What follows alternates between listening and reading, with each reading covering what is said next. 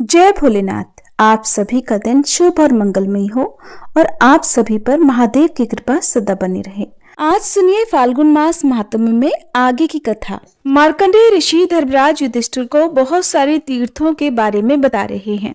इसी क्रम में मार्कंडेय जी आगे कहते हैं कि हे राजन, इसके बाद सर्वदेव वंदित गौरीखंड की यात्रा करें। वहां स्नान करके मनुष्य सब तीर्थों का फल पाता है और उसमें तिल और जल से तर्पण करने पर पितरों को अक्षय तृप्ति मिलती है। गौरीखंडेश्वर नामक मणिमय लिंग जल के मध्य भाग में स्थित है। मनुष्य उसका दर्शन नहीं कर पाते, वह देवताओं द्वारा पूजित होता है। वहां कुमारेश्वर नामक शिवलिंग भी प्रतिष्ठित है। साथ ही भोग और मोक्ष देने वाला मयूरेश्वर लिंग भी है, जिसके महात्म्य से मयूरगण स्वर्गलोक को प्राप्त हुए हैं। उनके पूजन से तिर्यक योनि की प्राप्ति नहीं होती। इसके बाद करमर्दा संगम में स्नान करने के लिए जाए। युधिष्ठिर, उस तीर्थ में जिसने स्नान कर लिया वो फिर इस संसार में दोबारा जन्म नहीं लेता। करमर्दा में स्नान करके करमर्देश्वर लिंग का पूजन करना चाहिए। वहां पितरों का तर्पण करने से मनुष्य स्वर्गलोक को प्राप्त होता है। मार्कंडेय जी की बात सुनकर धर्मराज युधिष्ठिर ने कहा, हे मुने, राजाओं में श्रेष्ठ मांधाता तीनों लोकों में विख्यात है। मैं उन बुद्धिमान राजा का चरित्र भी सुनना चाहता हूँ। तब मार्कंडेय जी कहने लगे कि महाभाग, इक्ष्वाकु वंश में एक युवनाश्व नाम के राजा हुए हैं। बहुत समय तक उन राजा की कोई भी संतान नहीं हुई। तब उन्होंने अपना राज्य अपने मंत्रियों के अधीन करके वन में प्रवेश किया और शास्त्रोक्त विधि से अपने मन का संयम करके फल मूल खाते हुए बड़ी भारी तपस्या की। एक दिन की बात है, वे राजा प्यास से व्याकुल हो गए। उनका गला सूखने लगा। तब वे पानी पीने के लिए आश्रम के अंदर गए। रात का समय था, सब लोग सो गए थे, इसलिए उनके मांगने पर भी किसी ने उनसे बात नहीं की।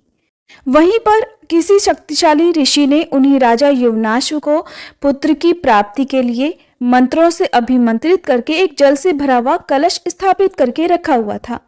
प्यास से व्याकुल राजा ने जब वह जल से भरा हुआ कलश देखा तो बड़ी तेजी से उस ओर दौड़े और उस जल को पीकर वहीं सो गए। प्यास से व्याकुल राजा उस शीतल जल को पीकर बहुत सुखी हुए। इसके बाद मुनियों को ये बात पता चली तो उन्होंने क्रोधित होकर पूछा कि किसने इस कलश का जल पिया है। युवनाश्व ने कहा, महात्माओं, ये काम तो मैंने ही किया है। तब महर्षि भार्गव बोले कि राजन, ये जल तुम्हारे पुत्र होने के उद्देश्य से तपस्या से संचित और अभिमंत्रित करके रखा गया था।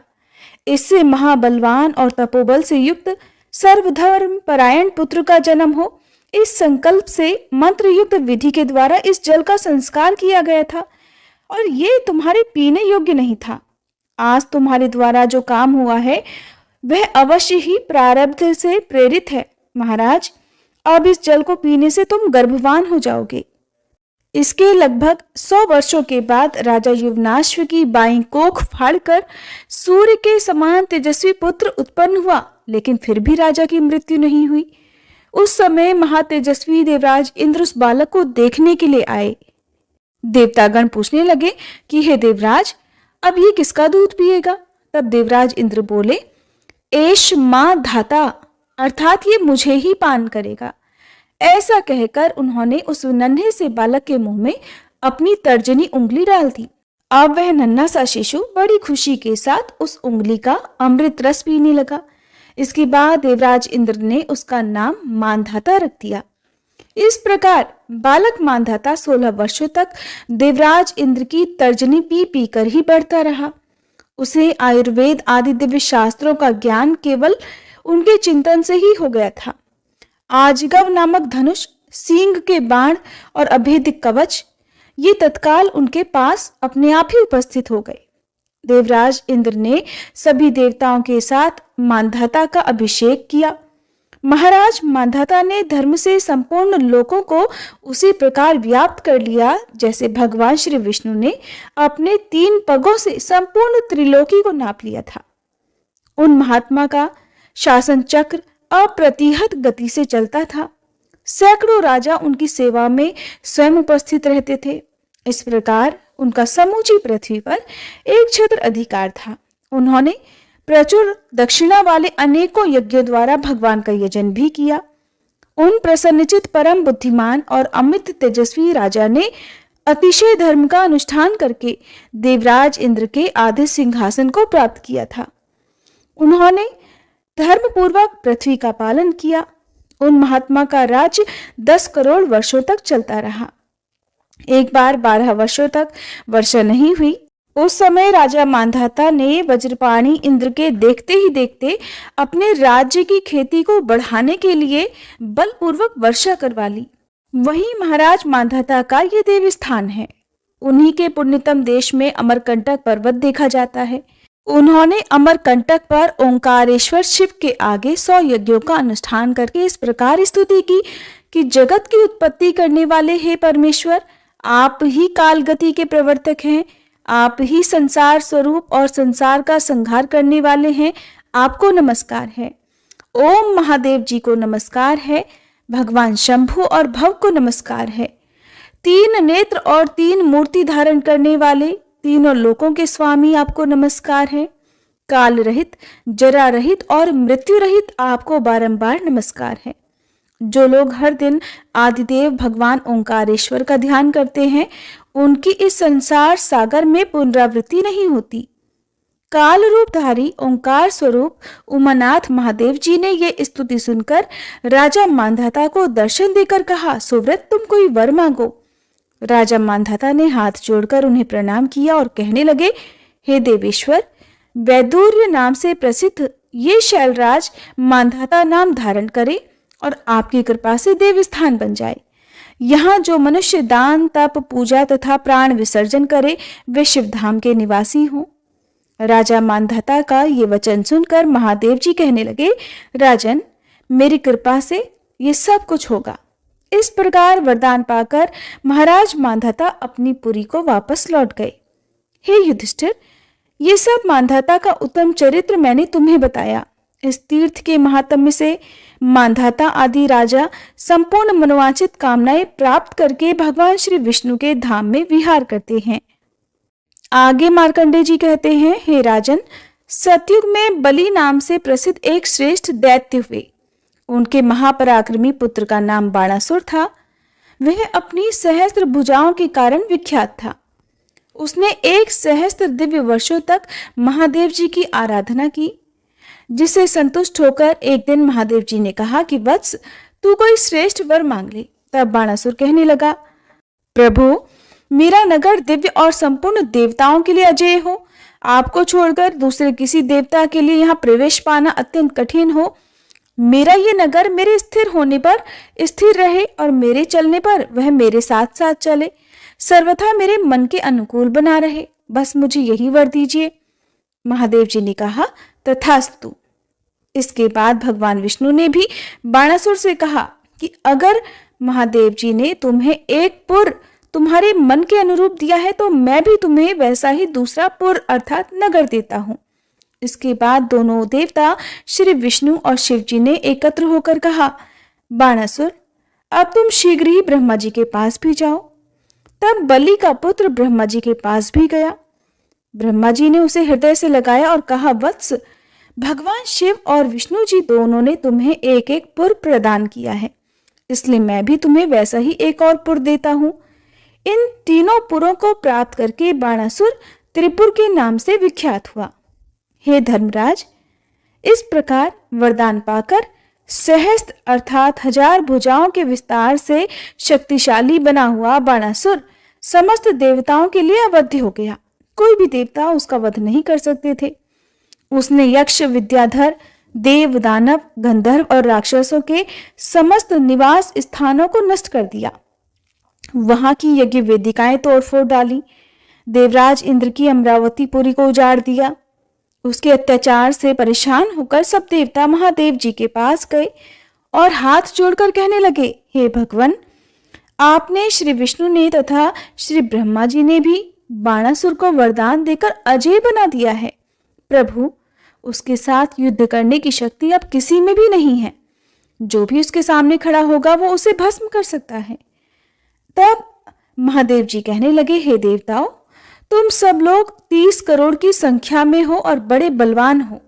सब लोग संगठित हो जाओ और यत्नपूर्वक त्रिपुर का विनाश कर दो। ये सुनकर सब देवता अपने तीखे अस्त्र शस्त्र लेकर बाणासुर के यानी त्रिपुर के पास गए, किंतु उस दैत्य ने सभी देवताओं को क्षण भर में ही परास्त कर दिया। उन सब के अस्त्र शस्त्र भी छीन लिए, देवताओं के पांव उखड़ गए और वे निराश होकर फिर से महादेव जी के पास गए। महादेव जी ने पूछा कि बताइए, आप सभी ने वहां जाकर क्या किया? देवतागण कहने लगे कि भगवान, हम क्या कहें, हम तो उसका पराक्रम वर्णन करने में ही असमर्थ हैं। देवताओं की वह बात सुनकर भगवान शिव कहने लगे कि अच्छा, तो इस महादुष्ट त्रिपुर का संहार मैं अब स्वयं करूंगा। ऐसा कहकर वे कैलाश से चले और जहां त्रिपुरासुर था वहीं जा पहुंचे। उनके साथ देवी पार्वती जी भी थी। चंडेश्वर, नंदी, महाकाल, महेश्वर, वृष, भृंगरिटी, विघ्नेश अर्थात गणेश जी, स्कंद, महावीर, पुष्पदंत, घंटाकर्ण, महोदर, गोमुख, हस्तिकर्ण, स्थूलजंघ और वृकोदर, ये 15 पार्षद भी भगवान शिव के साथ गए। वे सब के सब महादेव जी के समान ही पराक्रमी थे। जहां महान क्षेत्र स्वरूप श्री शैल नाम का सिद्ध पर्वत है, वहीं ठहरकर महादेव जी ने देवी पार्वती से कहा, प्रिय, यही त्रिपुरासुर को मारना उचित होगा। ऐसा कहकर भगवान शंकर ने उस पर्वत को अपना प्रधान निवास स्थान बनाया और व्यापक विराट रूप धारण करके पिनाक नामक धनुष अपने हाथ में ले लिया। फिर एक पैर से पाताल को और दूसरे से ब्रह्मांड को दबाया तथा त्रिपुरासुर की ओर लक्ष्य बांधकर अघोर नामक बाण का प्रहार कर दिया। उस अस्त्र से दग्ध होकर त्रिपुर के 3 टुकड़े हो गए। उसे जर्जर करके भगवान शिव ने नर्मदा के जल में गिरा दिया। वहां गिरने पर वह 7 पातालों का भेदन करके रसातल को चला गया। इससे वहां जालेश्वर नामक तीर्थ प्रकट हुआ, जो तीनों लोकों में विख्यात है। जालेश्वर देव का पूजन करने से मनुष्य ब्रह्म हत्या से मुक्ति पा जाता है और कोटि सहस्त्र कल्पों तक भगवान शिव के धाम में सुख पूर्वक निवास करता है। जो वहां स्नान करते हैं वे तो स्वर्ग में जाते हैं। जो मृत्यु को प्राप्त होते हैं उनका पुनर्जन्म नहीं होता। हे युधिष्ठिर, वहां तिल और जल से तर्पण करने तथा पिंडदान देने से जब तक भगवान शंकर और नर्मदा जी स्थित हैं, तब तक पितर भी तृप्त रहते हैं। कालाग्नि रुद्र के समान प्रज्वलित त्रिपुर नाशक अघोरास्त्र को नर्मदा के सिवा भला दूसरा कौन धारण कर सकता है? इस प्रकार अघोरास्त्र से छूटा हुआ बाण जाल ही जालेश्वर अर्थात बाणलिंग नाम कहलाया। अपने तीनों पुरों के दग्ध होने पर बाणासुर भयभीत होकर भगवान शिव की इस प्रकार स्तुति करने लगा कि हे अनादिदेव ईश, आपको नमस्कार है। हे विघ्नेश्वर, आपको नमस्कार है। महेश्वर, आपको नमस्कार है। सर्वज्ञ अज्ञानहारी हर, हे ज्ञानदाता शिव, आपको नमस्कार है। अनंत गुणमय रत्नों से विभूषित आप परमेश्वर को नमस्कार है। परात्पर, परातीत, उत्पत्ति और पालन करने वाले हे शिव, आपको नमस्कार है। सब प्रयोजनों की सिद्धि के साधनभूत हे विश्वनाथ, आपको नमस्कार है। धनंजय, निराधार, स्वभाव से ही उपद्रव रहित, आपको नमस्कार है। सदा प्रसन्न रहने वाले हे परमेश्वर, आप संपूर्ण योगों के स्वामी हैं, आपको नमस्कार है। हे भूतनाथ, जगन्नाथ, सर्वाधार, आपको नमस्कार है। सृष्टि, संहार, मोक्ष और 7 पातालों के आश्रय, आपको नमस्कार है। त्रिनेत्र और त्रिशूल धारण करने वाले त्रिलोक स्वरूप, आपको नमस्कार है। हे चंद्रशेखर, देवता और असुर दोनों आपके चरणों में नतमस्तक होते हैं, आपको नमस्कार है। हे महाप्रभु, मैंने अपनी जिह्वा की चंचलता के कारण आपके विषय में कुछ भी कहने की धृष्टता की हो तो आप उसे क्षमा कीजिए। आपके गुणों का वर्णन करने में भला कौन समर्थ है? मार्कंडेय जी कहते हैं कि हे धर्मराज, बाणासुर द्वारा की हुई इस स्तुति को सुनकर भगवान शिव उस पर प्रसन्न हो गए और इस प्रकार बोले कि दैत्यराज, सेवा अपराध जनित तुम्हारा ये दोष अब क्षमा कर दिया गया। अब तुम कोई वर मांगो। बाणासुर बोला, हे देव, मैं अपने परिवार सहित इसी जन्म से आपके उस परम धाम को जाऊं जहां पुनर्जन्म का भय नहीं है। बाणासुर का ये वचन सुनकर महादेव जी ने कहा, तथास्तु दैत्यराज, तुम मेरी भक्ति के प्रसाद से मेरे समीप निवास करोगे। इसके बाद वह दिव्य विमान पर आरूढ़ होकर महादेव जी के प्रसाद से उन्हीं के लोक में चला गया। जय भोलेनाथ। आज के अध्याय में बस इतना ही। इसके आगे की कथा आप सभी आने वाले अध्याय में जरूर सुनिएगा। तो आइए दोस्तों, अब हम सीता नितनेम की कहानी सुनते हैं, जिसे सीता माता कहती थी और प्रभु श्री राम सुना करते थे। एक दिन श्री राम भगवान को किसी काम के लिए बाहर जाना पड़ा, तो सीता माता कहने लगी कि भगवान, मेरा तो 12 वर्ष का नितनेम है। अब आप बाहर जाएंगे तो मैं अपनी कहानी किसे सुनाऊंगी। तब श्री राम ने कहा कि सीते, आप कुएं की पाल पर जाकर बैठ जाना और वहां पर जो भी औरतें पानी भरने आएंगी उन्हें अपनी कहानी सुना दिया करना। सीता माता कुएं की पाल पर जाकर बैठ गई। तभी एक स्त्री आई। उसने रेशम की जड़ी की साड़ी पहन रखी थी और सोने का घड़ा ले रखा था। सीता माता उसे देखकर कहने लगी, बहन, मेरा 12 वर्ष का नितनेम सुन लो। पर वह स्त्री बोली कि मैं तुम्हारा नितनेम सुनूंगी तो मुझे तो घर जाने में देर हो जाएगी और मेरी सासू मुझसे झगड़ा करेगी। इसलिए उसने कहानी नहीं सुनी और अपने घर चली गई। लेकिन उसके घर जाते ही उसकी रेशम जड़ी की साड़ी फट गई। सोने का घड़ा मिट्टी के घड़े में बदल गया। सासू ने देखा तो पूछा, अरे बहू, यह किसका दोष लेकर अपने सिर आ गई है। बहू बोली, माँ जी, कुएं पर एक औरत बैठी थी। उसने अपनी कहानी सुनने के लिए कहा, लेकिन मैंने नहीं सुनी। शायद उसी का यह फल मुझे मिला है। बहू की बात सुनकर अगले दिन वही साड़ी और वही घड़ा लेकर सास कुएं की पाल पर गई। सास को वहीं पर सीता माता बैठी मिली तो माता सीता ने कहा, बहन, मेरी कहानी सुन लीजिए। सासू बोली, एक बार छोड़, मैं तो 4 बार कहानी सुन लूंगी। तब सीता माता बोली, राम आए, लक्ष्मण आए, देश के पुजारी आए, नितनेम का नेम लाए। आओ राम, बैठो राम, तभी रसोई जीमो राम, माखन मिश्री खाओ राम, दूध बतासा पियो राम, सुत के पल का मोठो राम, साल दुसाला पोठो राम, साल दुसाला ओढ़ो राम। जब बोलूं राम ही राम, राम सवारे सबके काम, खाली घर भंडार भरेंगे, सबका बेड़ा पार करेंगे। बोलो श्री राम, जय राम, जय जय राम। सासू बोली, बहन, कहानी तो बहुत अच्छी लगी। फिर कहानी सुनकर सासू घर चली गई और उसकी साड़ी फिर से रेशम जड़ी की बन गई।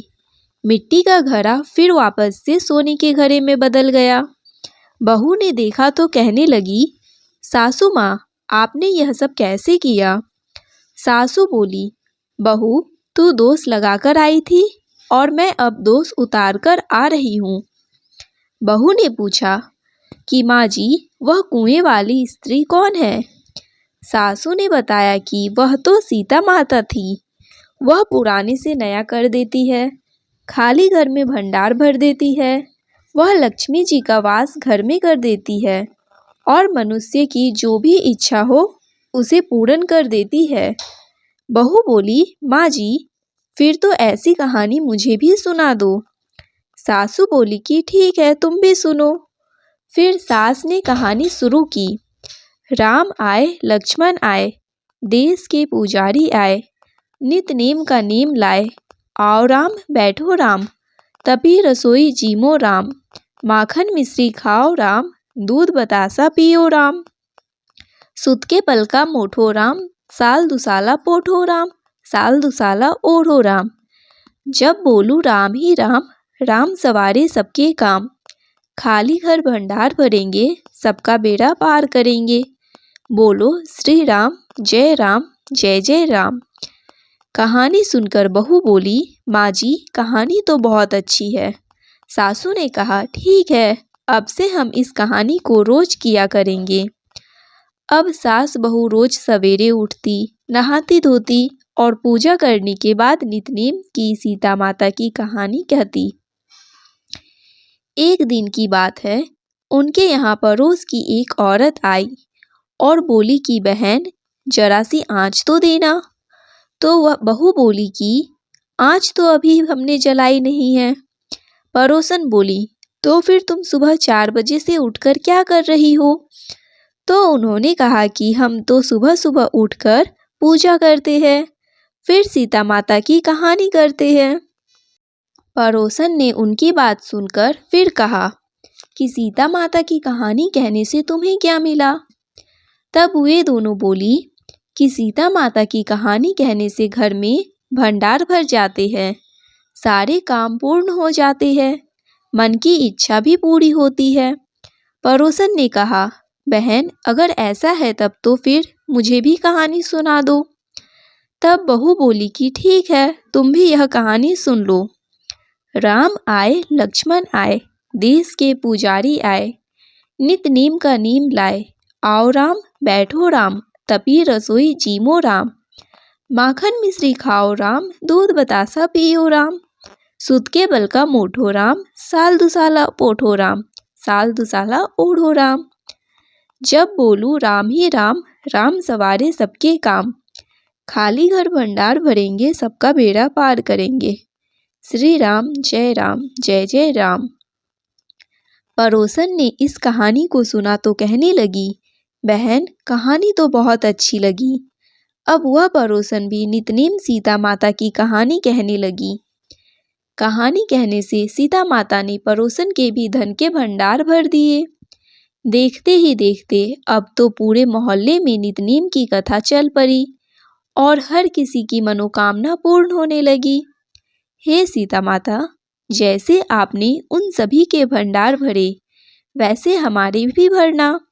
कहानी कहने वाले, सुनने वाले और हुंकार भरने वाले सबके भरना। सभी प्रेम से बोलिए सीता मैया की जय।